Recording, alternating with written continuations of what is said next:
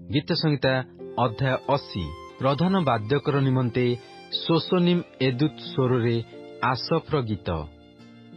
ହେ ଇସ୍ରାଏଲର ପାଳକ, ମେଷପଲ ତୁଲ୍ୟ ଯୋସେଫକୁ ଚଳାଅ ଯେ ତୁମ୍ଭେ କର୍ଣ୍ଣପାତ କର।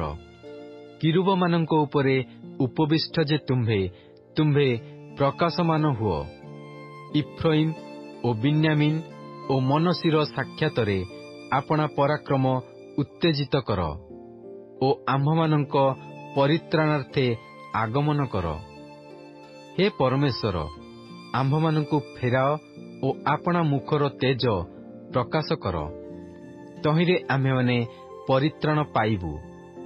ହେ ସଦାପ୍ରଭୁ, ସୈନ୍ୟାଧିପତି ପରମେଶ୍ୱର, ତୁମ୍ଭ ଲୋକମାନଙ୍କ ପ୍ରାର୍ଥନା ପ୍ରତିକୂଳରେ ତୁମ୍ଭେ କେତେ କାଳ କ୍ରୁଦ୍ଧ ହୋଇଥିବ?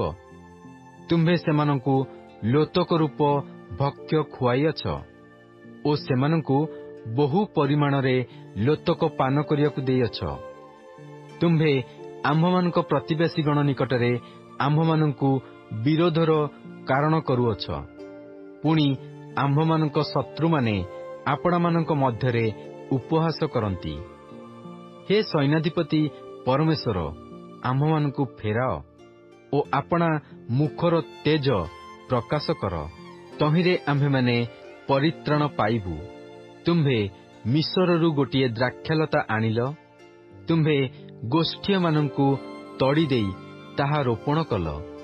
ତୁମ୍ଭେ ତାହା ସମ୍ମୁଖରେ ସ୍ଥାନ ପ୍ରସ୍ତୁତ କଲ। ତହିଁରେ ତାହା ବଦ୍ଧମୂଳ ହୋଇ ଦେଶଯାକ ବ୍ୟାପିଗଲା। ତାହାର ଛାୟାରେ ପର୍ବତଗଣ ଆବୃତ ହେଲେ ଓ ତାହାର ଶାଖା ସବୁ ପରମେଶ୍ୱରଙ୍କ ଏରସ୍ ବୃକ୍ଷ ତୁଲ୍ୟ ହେଲେ।